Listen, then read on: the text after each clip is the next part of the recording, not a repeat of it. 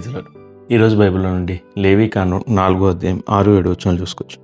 ఆ యాజకుడు ఆ రక్తంలో తన వేలు ముంచి పరిశుద్ధ మందిరం యొక్క అడ్డత ఎదుట ఆ రక్తంలో కొంచెం 7 మార్లు యెహోవా సన్నిధిని ప్రోక్షింపవలను.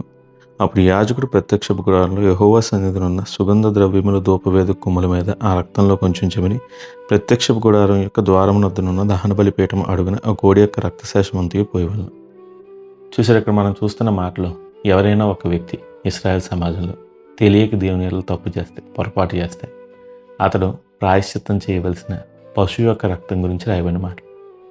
ఇదిగో అతడు తన పాపానికి ప్రాయశ్చిత్తమై దేవుని దగ్గరికి వచ్చి బలి అర్పించినప్పుడు ఆ బలి పశువు యొక్క రక్తం మొదట అడ్డతెర దగ్గర ఉన్న ఆ తెర దగ్గర 7 మార్లు చిలకరించబడాలి. ఆ తర్వాత ధూపవేదిక దగ్గర ఆ రక్తం చెమరబడాలి.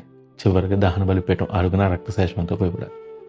ఎందుకు ఇలా చేయాలి అంటే, ఇదిగో మన పాపం దేవునికి మనకి మధ్య ఉన్న సంబంధాన్ని మొదటగా తెంచివేస్తుంది. ఇదిగో ఆ అడ్డతెర పరిశుద్ధ స్థలంలోకి ప్రవేశించడానికి ఉపయోగపడేది. అయితే మనం మన పరిశుద్ధతను కోల్పోవడం వల్ల దేవునికి సమీపంగా చేరలేం. అందుకని ఈ రక్తం మొదటగా మనకు దేవునితో ఉన్న సంబంధాన్ని రీస్టోర్ చేస్తుంది అనే దానికి సూచనగా ఉంది. ఇక రెండవదిగా ధూపవేదిక మీద కూడా ఆ రక్తాన్ని చెమరాలి. ధూపవేదిక ప్రార్థనకి గుర్తుగా ఉంది. ఇదిగో ఒక వ్యక్తి పాపం చేస్తే అతడు ప్రార్థనలో పడిపోయిన వాడుగా ఉంటాడు.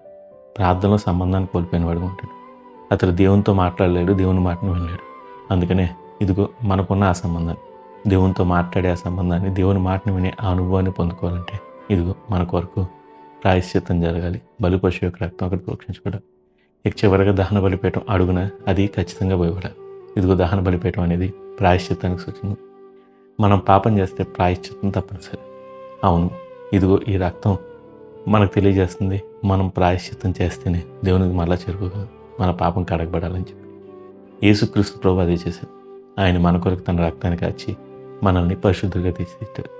ఆయన మనకి తండ్రికి ఉన్న సంబంధాన్ని తిరిగి పునరుద్ధరించాడు. మనల్ని అబ్బా తండ్రి అని స్వేచ్ఛగా ప్రార్థించడానికి అనుమతినిచ్చాడు. ఇక చివరిగా ఆయన మనల్ని సంపూర్ణంగా నీతిమంతులుగా చేశాడు.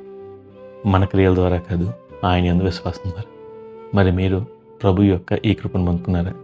మనం కృపచేత విశ్వాసం ద్వారా రక్షించబడ్డాం. మరి యేసుక్రీస్తు ప్రభును మీరు రక్షకుని అంగీకరించారా? ఒకవేళ ఇంకా అంగీకరించకపోతే ఈ దశను అంగీకరించండి. చిన్న ప్రార్థన చేసుకుందాం. ప్రార్థన.